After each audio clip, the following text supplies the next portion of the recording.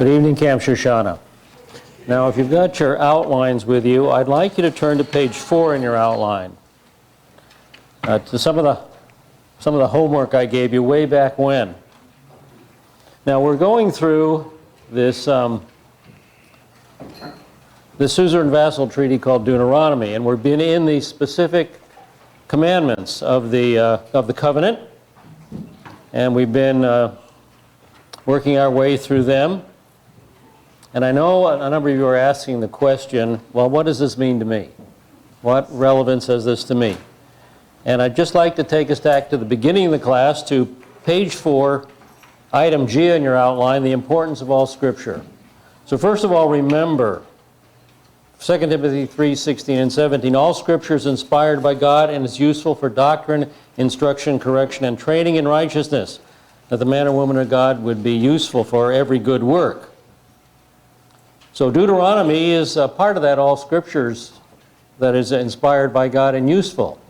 Now, Deuteronomy and the Mosaic Law is holy, righteous, good, and it's also relevant. Now, it's not required. None of these commandments are mandatory for any of you. They're not required, but they are useful. Holy, righteous, good, relevant, and useful. Now, step 2, go to page 5. H. Top of the page, H, steps for application development. Well, how do you make it useful to you? This was homework I gave you back in day 1. Step 1 is know the correct interpretation. That's what we're doing right now. We're moving through every word of Deuteronomy and learning what it means. This is the basis. Now, you're going to have to take this on through step 2, 3, 4, and 5. The next step is to determine the theme or the universal principle in the section. I've shared a few of them with you. But try to determine what the principle is that transcends time and space and is applicable to us today. And then think, point 3, describe the biblical application. Think through in your mind, well, what is happening in the text? What is happening in the text? And then compare it to what's going on in your life. Determine the personal application. Well, this is what's going on in the text. This is what it means. Now, oh boy, I see that going on in my life too.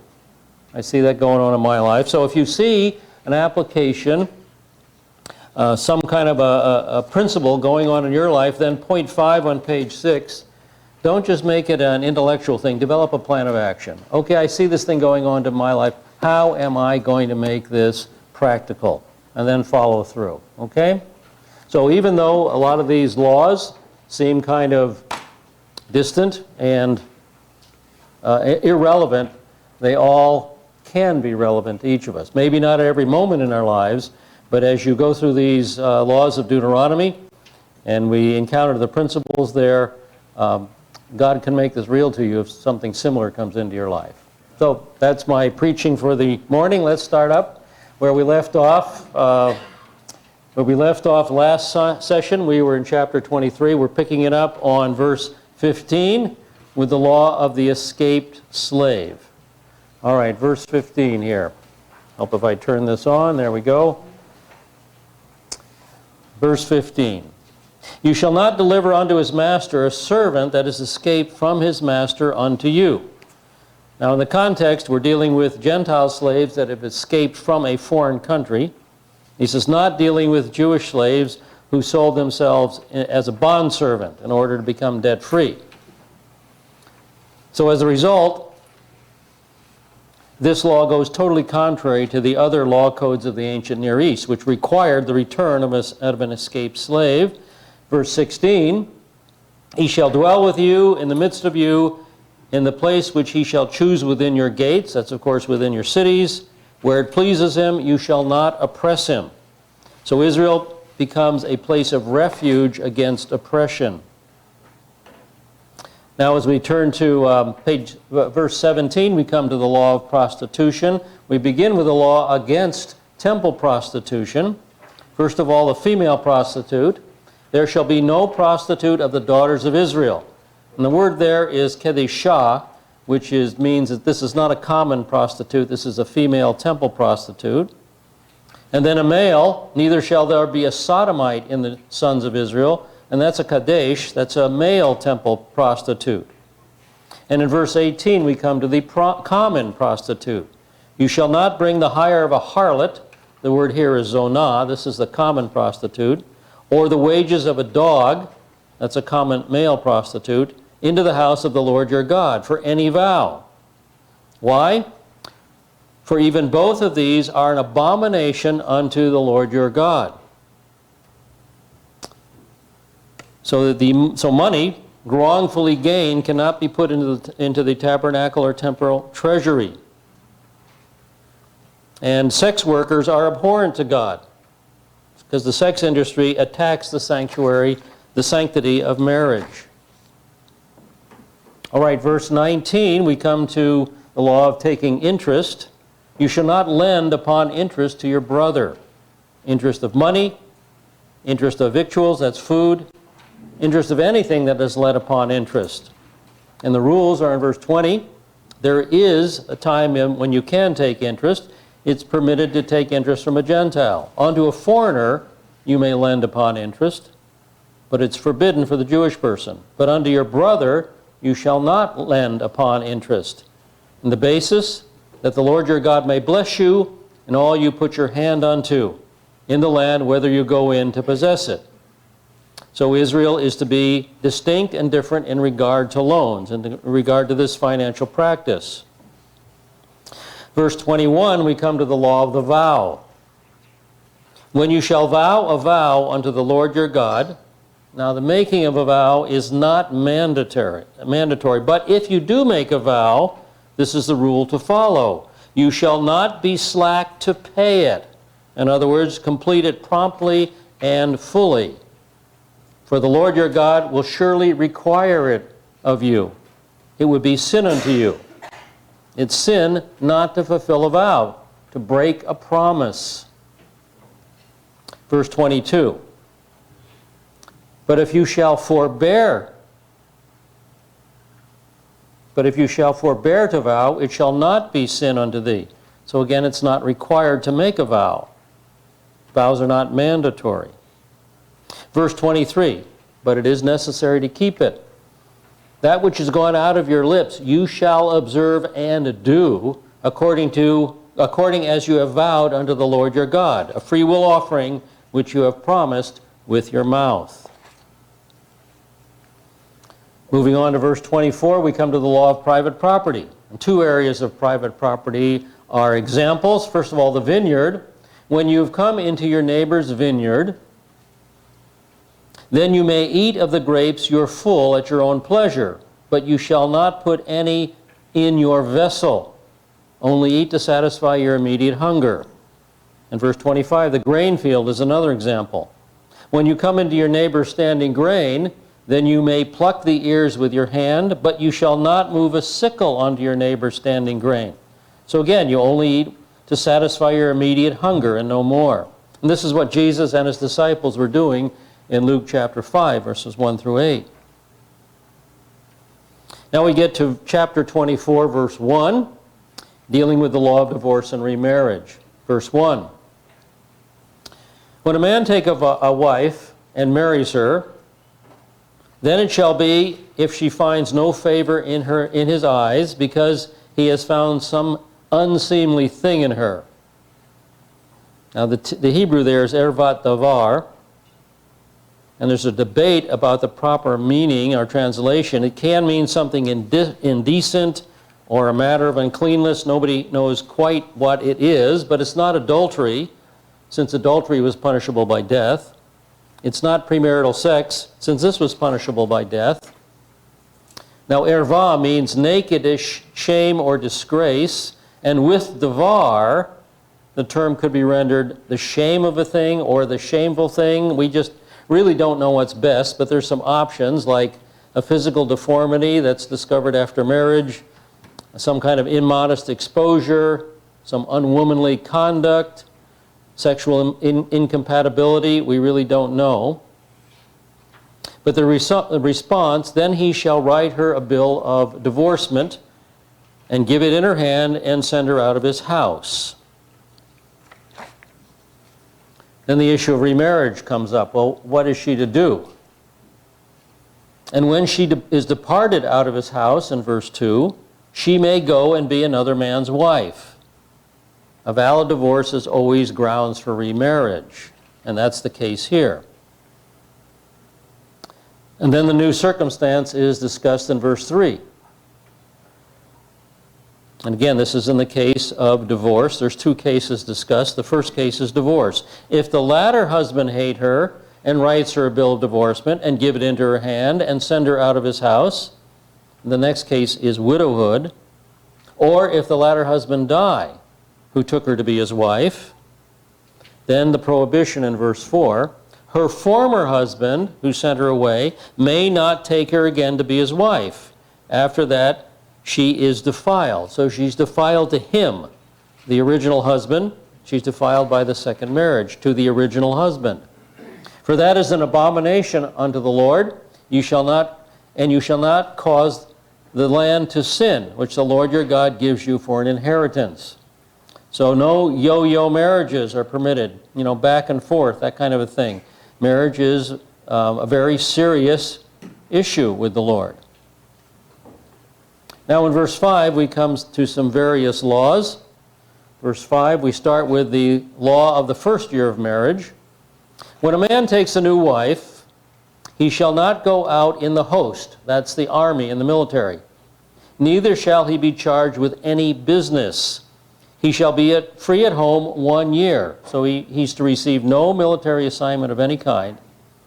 Why? He shall cheer his wife whom he had taken. Now the word can mean to gratify or to give pleasure. This could mean conjugal pleasure, but he's to build up his marriage relationship in that first year. That's to be the priority. And even in the military is not to interfere with that. Verse 6, no man shall take the mill or the upper millstone to pledge. Now the ancient millstone consisted of two stones. There was one on the top moved over the one on the bottom. The bottom one was stationary. Here's a couple of illustrations here. So to take the upper millstone rendered the mill useless. So we get to verse 6b then. You don't take the upper millstone, for he takes a man's life to pledge. Taking the mill or the millstone deprives the man of making a living or of preparing his daily bread. You don't go to that extent. Verse 7 is the law of kidnapping. If a man is found stealing any of his brethren of the children of Israel, and he deal with him as a slave or sell him, that thief shall die, a death penalty. So you shall put away the evil from the midst of you. Then we come to the law of leprosy. Now, the definition of leprosy, I just used the Holman Illustrated Bible Dictionary here. Leprosy is a generic term applied to a variety of skin disorders from psoriasis all the way to true leprosy. So this is kind of a generic term. It's not limited to the form of skin disease we call Hansen's disease today. But anyway, the rule in verse 8. Take heed in the plague of leprosy, that you observe diligently, to do according to all that the priest, the Levite, shall teach you, as I commanded you, so you shall observe them. And then in verse 9 we have an example. Remember what the Lord your God did to Miriam. So what they need to remember here is that leprosy potentially can be a divine judgment. Not always, but it can be a divine judgment, as it was with Miriam. And when this happened, by the way, as you came forth out of Egypt. Remember, Miriam was stricken with leprosy, with some kind of a skin disease, when she was insubordinate to Moses in Numbers chapter 12. In verse 10, we come to the law of receiving a pledge. So we start with a prohibition. When you lend your neighbor any manner of loan, you shall not go into his house to fetch his pledge, because this would embarrass him in his own domain, and the dignity of the borrower must be preserved. So the proper procedure in verse 11, you shall stand without, you shall stand outside. And the man to whom you did lend shall bring forth the pledge without unto you. So he's retaining his dignity. He will bring the pledge out to the loaner.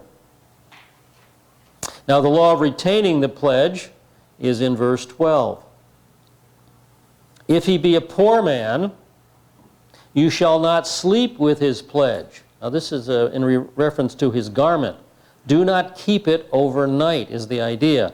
Verse 13, you shall surely restore to him the pledge when the sun goes down, that he may sleep in his garment and bless you.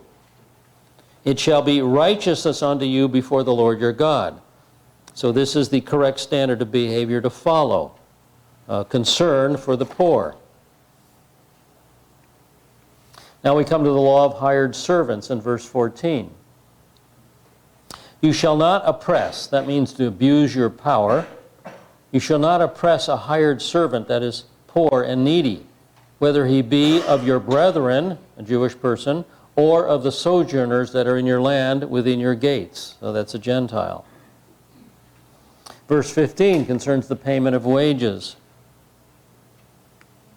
In his day you shall give him his hire. That means on payday. And daily pay was the normal in the ancient Near East. Neither shall the sun go down upon it. So before sundown. Why? For he is poor, and he set his heart upon it. He relies on it for daily needs.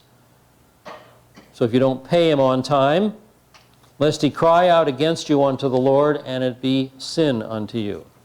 So pay him on time when he needs it. Verse 16 is the law of guilt.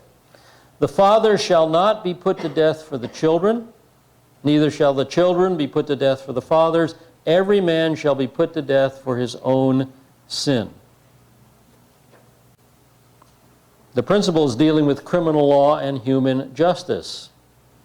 And good King Amaziah practiced this rule in 2 Kings 14:6. But the children of the murderers he put not to death, according to that which is written in the book of the law of Moses, as the Lord commanded, saying, the father shall not be put to death for the children, nor the children be put to death for the fathers, but every man shall die for his own sin.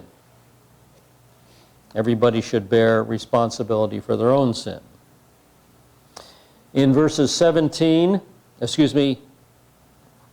in verse 17, we come to the law of the sojourner, the orphan, and the widow. You shall not wrest, you shall not pervert justice, do the sojourner or the fatherless, nor take the widow's raiment, that's her garment, to pledge. So the widow is protected more carefully than the poor or the alien. You could not take her garment as a pledge. You were allowed to take the poor and the alien's garment for the day, for the pledge, but not the widow. The reason is in 18, but you shall remember that you were a bondman in Egypt, and the Lord your God redeemed you thence. Therefore I command you in this thing. So the Egyptian bondage and oppression should give them sympathy for the vulnerable members of the community, both Jew and Gentile alike. Verse 19, we come to the law of gleaning for the poor. First, the three areas are mentioned. The first example is the grain field. Verse 19, when you reap your harvest in your field, and hast forgotten a sheaf in the field, you shall not go back to fetch it.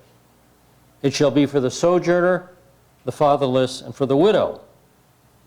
Verse 19 continues, that the Lord your God may bless you in all the work of your hands. And this rule will play a major role in the book of Ruth. We'll see that in a little bit. Verse 20 concerns the second area, the olive orchard. When you beat your olive tree, you shall not go over the boughs again. Now, olives are harvested by beating the branches with long poles. So only go over the tree once. It shall be for the sojourner, the fatherless, and the widow. So don't go over the tree so much that there's no fruit left on the tree. Leave some fruit on the tree for the poor. Provide for the poor. Verse 21. The vineyard is the third example. When you gather the grapes of your vineyard, you shall not glean it after you. The purpose, it shall be for the sojourner, the fatherless, and the widow. Leave some grapes for the needy. Don't go after every single bloody grape. Verse 22. The basis of the law is history. You shall remember that you were a bondman in the land of Egypt, therefore I command you to do this thing. So the key is attitude. We're not to have a negative attitude of a negative avoidance of wrong and injustice. Instead, we're to have an attitude of positive kindness toward the vulnerable and the needy. What can I do here that will be kind?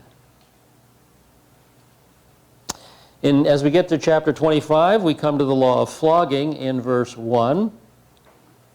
If there be a controversy between men, strife, contention, and they come unto judgment, in other words, they go to court, and the judges judge them, then shall they justify the righteous and condemn the wicked. So the judges are to make just and truthful legal decisions. The punishment of the wicked is brought out in verse 2. And it shall be, if the wicked man be worthy to be beaten, the judge shall cause him to lie down and be beaten before his face according to his wickedness by number. So he receives his flogging in the presence of the judge. In other words, swift justice right away. But the limitation comes in verse 3. 40 stripes you shall give him. He shall not exceed, lest if he should exceed and beat him above these with many stripes, then your brother will seem vile unto you. The word vile means disgraced or dishonored.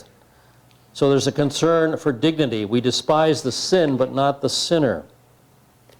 Now the rabbis were very concerned about breaking this rule, so in actual practice they said a person will be flogged 40 save 1. In other words, only 39 times to avoid breaking the law. And that's what Paul experienced in 2 Corinthians 11:24. Of the Jews, 5 times I received 40 stripes save 1, 39. Then we come to the law of muzzling an ox in verse 4. You shall not muzzle the ox when he treads out the grain. So the ox pulls the threshing sledge, and here's an example of this is a horse pulling a threshing sledge over the grain to separate the grain from the wheat from the chaff. This is a threshing sledge designed after ancient Near Eastern design. Another picture here, this is a donkey pulling a threshing sledge. Okay, you shall not muzzle the ox when he treads out the grain. The purpose is to let the animal eat while it's working. And so, the New Covenant picks up some applications here. In Luke chapter 10, verse 7, there's the example of the disciples. And in that same house, Yeshua tells the disciples, and in that same house remain, eating and drinking such things as they have, for what? The labor is worthy of his hire. Go not from house to house. That's the basic principle there, that who works is worthy to receive something from what he's working with. 1 Corinthians 9 and 10. For it is written in the law of Moses, thou shalt not muzzle an ox when he treads out the grain. And so Paul asks the question, is it for the oxen that God cares? Or saith he assuredly for our sake? So now he answers the question, because all Scripture is useful for doctrine, instruction, correction, and training in righteousness. Yea, for our sake it was written, because he that ploweth ought to plow in hope, and he that threshes to thresh in hope of partaking. See the application of that rule in Deuteronomy? And then in 1 Timothy 5, 17 and 18. Let the elders that rule well be counted worthy of double honor, especially those who labor in the word and in teaching. Why? Here's our quote. For the Scripture saith, thou shalt not muzzle the ox when he treadeth out the corn, and the labor is worthy of his hire. So the basic idea here that comes out of Deuteronomy is that those who serve in full-time ministry, some time of work, have the right to be supported by that ministry, supported by that work. Well, you see, this is how it works. This is how we apply it. We come to chapter 25 and verse 5, and we come to the law of levirate marriage. The basic rule, if brethren dwell together, 2 brothers living together, and one of them die and has no son, The wife of the dead shall not be married without, that means outside the family, unto a stranger. Verse 5 continues, her husband's brother shall go in unto her and take her to him to wife, and perform the duty of a husband's brother unto her. In other words, give her children. Then in verse 6 we come to the law of the firstborn. And it shall be that the firstborn that she bears shall succeed in the name of the brother that is dead. Now, we're not saying here that he's going to be named after his dead father. That's not the idea. The idea here is that he would inherit his dead father's property, even though his dead father was not his actual father. Why? That his name not be blotted out of Israel. So the family line would not disappear. Well, what if the brother doesn't want to do that? Verse 7. And if the man like not to take his brother's wife, this shows that it's not obligatory, but there is shame attached to the failure to do so. Verse 7. Then the brother's wife shall go up to the gate unto the elders and say, my husband's brother refuses to raise up unto his brother a name in Israel. He will not perform the duty of a husband's brother unto me. So he's not going to give me children. Verse 8, then the elders of the city shall call him and speak unto him. They'll interview him personally. And if he stand and say, I like not to take her, then the response of the widow, then shall his brother's wife come up to him in the presence of the elders, they're the witnesses, and loose his shoe from off his foot and spit in his face. So this is a form of extreme humiliation. The rabbis didn't like this, so they softened the requirement, saying she spit on the ground in front of him. And then her declaration, and shall answer and say, so shall be done unto the man that does not build up his brother's house. And verse 10 is the result. And his name shall be called in Israel, the house of him that had his shoe loosed.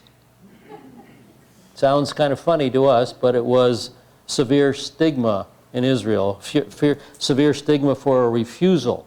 Why? Because he's abandoning his brother's wife to the status of the economically dependent widow. Now, another reason why he might refuse is that he may wish to inherit his brother's property for himself, and the son that she bears would legally be his brother's. It would legally be, the son would be the brother's heir, and he would not receive the property. But anyway, this frees the widow from the stipulation of verse 5, and she's free to remarry outside the family. Now we come to verse 11, and the law of improper intervention. Verse 11, when men strive together with one another, this is a physical struggle, this is a fight, and the wife of one draw near to deliver her husband out of the hand of the one who smites him, and puts forth her hand and takes him by the secrets, that's his genital organs. Verse 12, then you shall cut off her hand, your eye shall have no pity. Now this is a severe punishment for an exceptional sin. The motive was honorable, but the end does not justify the means. This is the only case where mutilation is allowed and commanded. She mutilated the man, so she is mutilated herself. Now this was common in the Code of Hammurabi and in Assyrian's code, and it's brought into Israel's code here. So it's an example of lex talionis, the punishment fits the crime. She mutilated the man, so she is mutilated. I'm sure this is not an everyday event. In verse 13, we come to business dealings, the law of weights and measures. Verse 13, you shall not have in your bag diverse weights, a great and a small. A great weight meaning heavy, so you to receive more from the seller, and a small weight, light, to dispense less to the buyer. Verse 14, you shall not have in your house diverse measures. This is dry measure of volume. The great, that's a bigger volume, to receive more from the seller, or small, a smaller volume, to dispense less to the buyer. Verse 15. A perfect and just weight shall you have, a perfect and just measure shall you have. Verse 15 goes on, 2 reasons. First, that your days may be long in the land which the Lord your God gives you. You'll be blessed for righteous behavior. And secondly, for all who do such things, even all that do unrighteously or an abomination unto the Lord your God. So dishonesty in business dealings is an affront to God. He doesn't like it. He kind of meddles in our affairs, doesn't he? In verse 17, we come to the law of Amalek. We start with the sin of Amalek, remembering the sin of Amalek. Remember what Amalek did unto you by way as he came forth from Egypt. Verse 18. How he met you by the way and smote the hindmost of you. He smote the stragglers, all that were feeble behind you. This showed cowardice. He attacked the weak and the helpless. When they were faint and weary, they were exhausted as well. And the reason, he feared not God. The Amalekites lacked the basic principles of morality common to all religions. They were lacking elementary decency. They were vicious marauders. They were intentionally violating a value dear to God's heart. And so the punishment is in verse 19. Therefore it shall be, when the Lord your God has given you rest from all your enemies round about, in the land which the Lord your God gives you for an inheritance to possess it. Verse 19 continues, that you shall blot out the remembrance of Amalek from under heaven. You shall not forget. Now we get to chapter 26 and verse 1, and we come to the law of the first fruits. And it shall be, when you come into the land which the Lord your God gives you for an inheritance, and possess it, and dwells there. So the law takes effect when they conquer and settle in the land. Verse 2. That you shall take of the first of all the fruit of the ground, that's something of every species, which you shall bring in from your land, that the Lord your God gives you. Verse 2. And you shall put it in a basket, and you shall go unto the place which the Lord your God shall choose to cause his name to dwell there. And of course, eventually that would be Jerusalem. Verse 3, and you shall come unto the priest that shall be in those days, and say unto him, I profess this day that the Lord your God, I profess this day unto the Lord your God, that I have come into the land which the Lord swore unto our fathers to give us. Verse 4, and the priest shall take the basket out of your hand and set it down before the altar of the Lord your God. Verse 5. And you shall answer and say before the Lord your God, and this is a review of God's dealings with Israel. Assyrian ready to perish was my father. Assyrian is an Aramaean. This would be a reference to Jacob, because he went and lived in Aram for a while. And he went down into Egypt to sojourn there, few in number, and he became there a nation, great, mighty, and populous. Verse 6. And the Egyptian dealt ill with us, and afflicted us, and laid upon us hard bondage. So in verse 7, Israel cries out. And we cried unto the Lord, the God of our fathers. And the Lord's response, and the Lord heard our voice, and saw our affliction, our toil, our oppression. Verse 8, the Exodus, and the Lord brought us forth out of Egypt with a mighty hand, with outstretched arm, with great terribleness, with signs and wonders.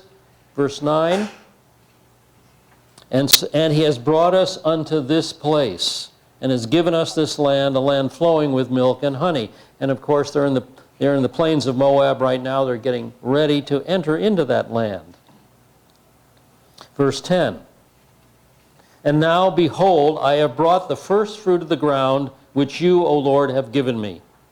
So this is an acknowledgement of God's redemptive grace and blessing. He's speaking directly to God. This is very personal. So this presentation of the first fruits is a token of personal appreciation for all that God has done. And verse 10, we come to the worship of God. And you shall set it down before the Lord your God and worship before the Lord your God. And in verse 11, there's the celebration feast. And you shall rejoice, there's that word again, in all the good which the Lord your God has given unto you and unto your house. You, the Levite, the sojourner that is in the midst of you, and this refers to the festive meal in the sanctuary. So the ceremony emphasizes how good and gracious God has been to Israel. He's given Israel great, wonderful, and valuable gifts: freedom, a homeland, and prosperity. And here's an illustration of a little later time. This is King Agrippa in the holded tunnels of the temple, bringing his first fruits to the Lord. So this, of course, would be quite a bit later, but this is the idea in this illustration. Now we come to verse 12 and the poor tithe. This is that third year tithe we've talked about, verse 12a. And when you have made an end of tithing all the tithe of your increase in the third year, which is the year of tithing, verse 12, then you shall give it unto the Levite, and to the sojourner, to the fatherless, to the widow, and the purpose is social welfare, that they may eat within your gates and be filled. Verse 13, and you shall say before the Lord your God, I have put away the hallowed things out of my house. This is the third year tithe. I have given them unto the Levite, unto the sojourner, to the fatherless, to the widow. Verse 13, the basis, according to all your commandment which you commanded me. I have not transgressed any of your commandments concerning, this is concerning the tithe. So he's not been actively disobedient. Neither have I forgotten them. Neither has he been passively disobedient. Verse 14, I have not eaten therefore in my mourning, during a time of grief and death.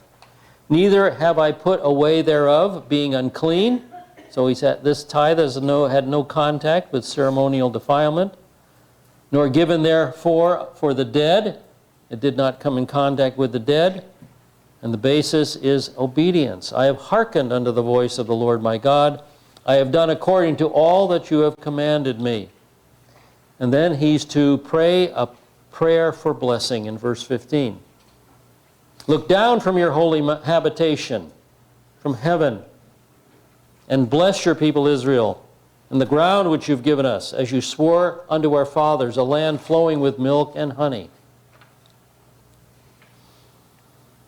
All right, now we come to verse 16 in chapter 26, and the ratification of the covenant. We begin with the responsibility of Israel in verse 16. This day the Lord your God commands you to do these statutes and ordinances. You shall therefore keep and do them with all your heart and with all your soul, all your mind, will, emotions, the whole man, the whole person. Verse 17, you have avouched the Lord this day to be your God. Declared. Avouched means you have declared the Lord this day to be your God. This is a technical statement in treaties of the ancient Near East, meaning that Israel formally accepts the terms of the covenant. That you should walk in his ways and keep his statutes, his commandments, his ordinances, and hearken to his voice. And so the promise of God comes in verse 18. And the Lord has declared, the Lord has avouched you this day to be a people for his own possession, as he has promised you, that you should keep all his commandments. Verse 19. To make you high above all nations that he made, in praise, in name, in honor, that you may be a holy people unto the Lord your God, as he has spoken. So Israel was supposed to be the most righteous, good, prosperous, and influential nation on the face of the earth. This witness of God's blessing would lead all nations to fear, honor, reverence, and worship the Lord. Israel was to be distinct and different from all the nations of the world in order to accomplish this goal. And now we move to the fourth section of the suzerain vassal treaty. In chapter 27, verse 1, we move to the warnings of the covenant. And in verse 1, we come to the basic call to all Israel. And Moses and the elders of Israel commanded the people, saying, keep all the commandment I command you this day. Verse 2, and it shall be on the day when you shall pass over the Jordan unto the land which the Lord your God gives you, second part of verse 2, that thou shalt set up great stones and plaster them with plaster. Verse 3, and you shall write upon them all the words of this law. This is not the writing the Mosaic law, but the details of the law code that's been shared in verses 12 and chapters 12 through 26. And the timing is when you have passed over, that you may go in unto the land which the Lord your God gives you, a land flowing with milk and honey, as the Lord, the God of your fathers, has promised you. Verse 4, the timing, and it shall be when you have passed over the Jordan, that you shall set up these stones which I command you this day in Mount Ebal, and you shall plaster them with plaster. And you've seen this map before. We were to leave Shittim, we would conquer Jericho, we would move on to Ai, conquer Ai, and then turn north and go up to Mount Gerizim and Mount Ebal, where these stones would be set up. Verse 5, there you shall build an altar unto the Lord your God, an altar of stones, and you shall lift up no iron tool upon them. Verse 6, you shall build the altar of the Lord your God of unhewn stones. And it appears that Joshua's altar on Mount Ebal has been uncovered. They found an altar of unhewn stones up on Mount Ebal. Here's an archaeologist's drawing of the altar, what they found. This would be the way it would look in its prime, something like that. But of course, it's not in its prime these days, thousands of years later. But it still seems to be a very distinct altar up there. So this seems to be Joshua's altar. Then we come to the sacrifices in verse 6. You shall offer burnt offerings thereon unto the Lord your God. Verse 7. You shall sacrifice peace offerings, and shall eat there, and shall rejoice before the Lord your God. So this would be a one-time ceremony, and so it doesn't conflict with the offerings to be offered in the central shrine. Verse 8. And you shall write upon the stones all the words of this law very plainly. And then there's a call to obedience. And Moses and the priests, the Levites, spoke unto all Israel, saying, O Israel, keep silence and hearken. This day you are become the people of the Lord your God. So this is a renewal, because they already were the people of God. That's stated 9 times earlier. This is a reconfirmation of their status at this very strategic point in their history. Verse 10, Israel's responsibility is obedience.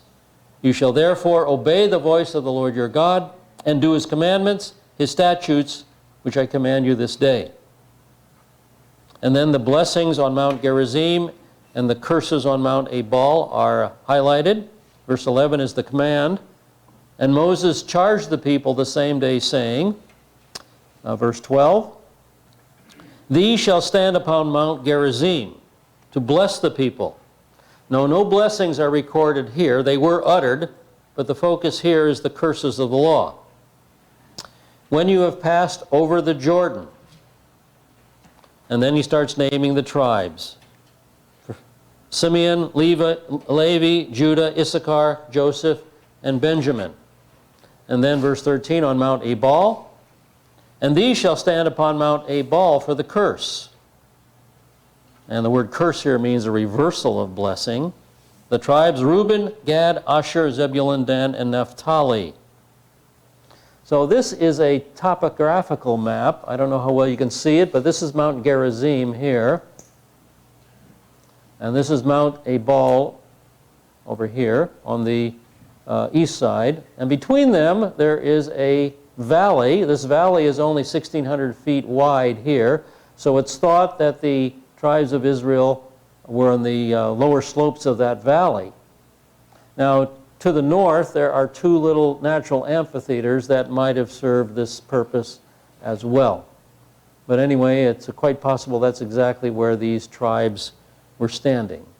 And of course, you can see Mount Gerizim and Mount Ebal the way it looks today, with the modern town of Shechem in the middle there.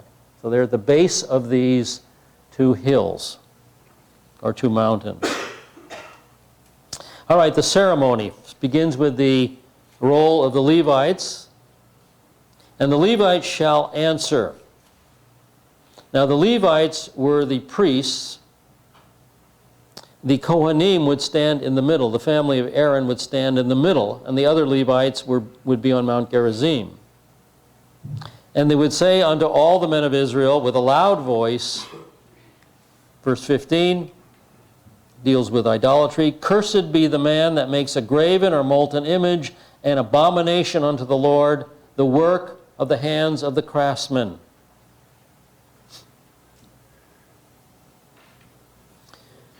Now this is disobedience to the second commandment, spiritual disobedience. And cursed here indicates to invoke harm or injury, to express great loathing against. He does the work of the hands of a craftsman and sets it up in secret. Well, we can hide our sins from men, but we can't hide them from God. And all the people shall answer and say, Amen, so be it. Verse 16 deals with dishonoring parents. This is a family commandment, the fifth commandment. "Cursed be he that sets light by or dishonors his father and his mother." And all the people shall say, Amen. Verse 17 deals with the landmark. This is the eighth commandment, dealing with personal property, specifically real estate. "Cursed be he that removes his neighbor's landmark." And all the people shall say, so be it. Amen. Verse 18 deals with the blind, the handicapped, cruelty and unkindness. "Cursed be him that makes the blind to wander out of the way." And all the people shall say, Amen. Verse 19, the underprivileged. This deals with the poor and the weak. "Cursed be he that wrests, that perverts justice to the sojourner and the fatherless and the widow," the weakest members of society. And all the people shall say, Amen. Verse 20 deals with stepmother incest. This is the seventh commandment. This deals with specific family issues. Sexual disobedience, dishonoring father, dishonoring marriage.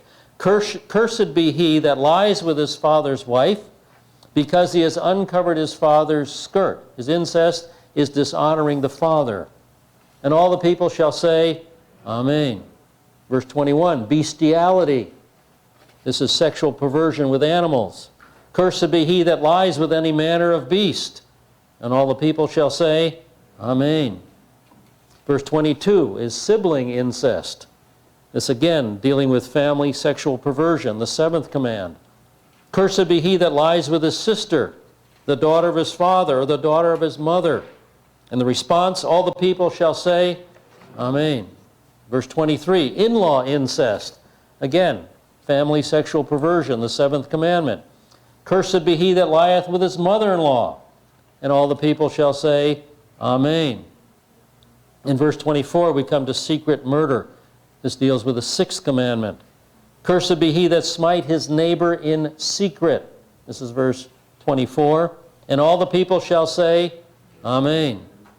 In verse 25, bribery for murder. This is either murder for hire or a judicial murder. This deals with the sixth command. "Cursed be he that takes a bribe to slay an innocent person." See, bribing a judge. This could be bribing a judge to find a person guilty, and he would suffer the death penalty, such as Ahab did with Naboth. And all the people shall say, Amen. Verse 26, an affirmation of the law. "Cursed be he that confirms not the words of this law to do them."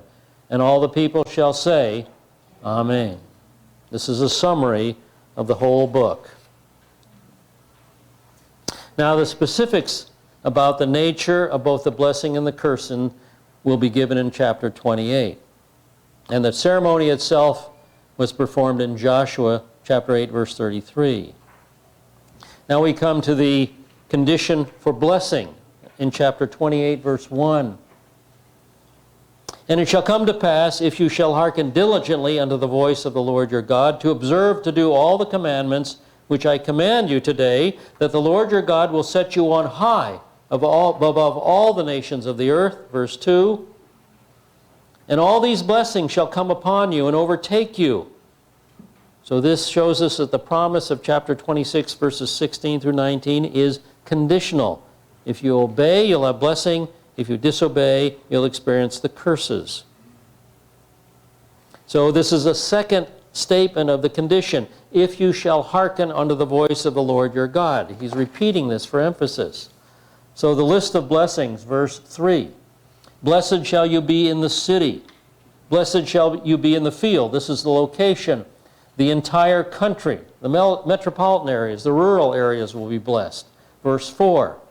Blessed shall be the fruit of your body, your children, the fruit of your ground, agriculture, the fruit of your beasts, the increase of your cattle, that's your herds, the young of your flock, the sheep and the goats. Verse 5.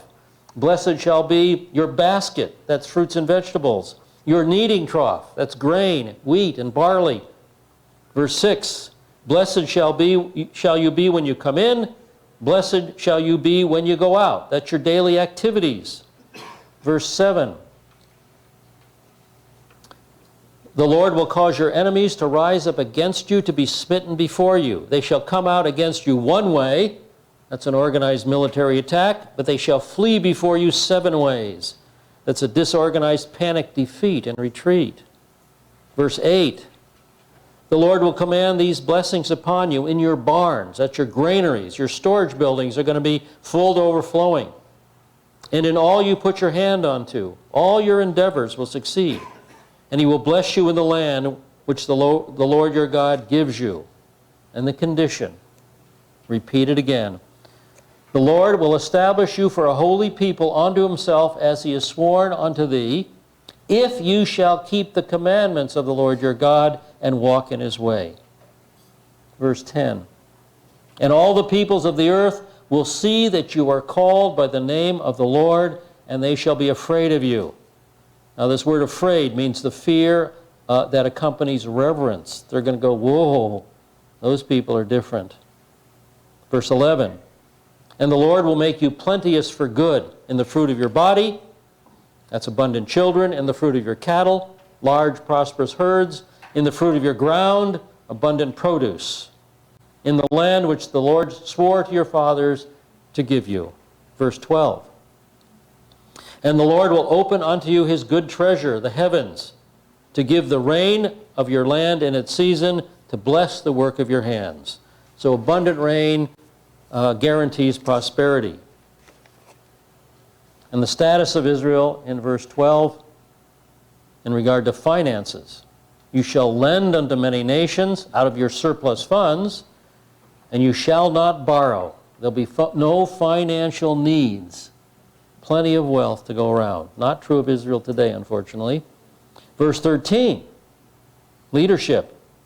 The Lord will make you the head, not the tail. Israel will be the leader rather than the follower.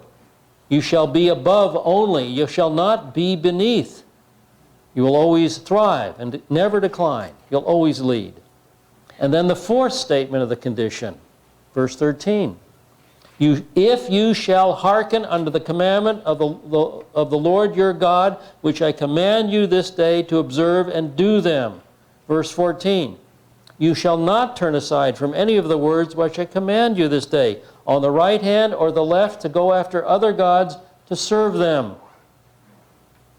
So Israel is to shun all other so-called gods. So these blessings are going to come in 3 areas. The relationship with the Gentile nations, freedom from domination, status and reputation. Israel have respected leadership and status. And in agriculture, Israel will experience economic prosperity and security. Okay, well, I'm to the end of my time. I'm 1 minute over. And I'm also to the end of my scheduled material.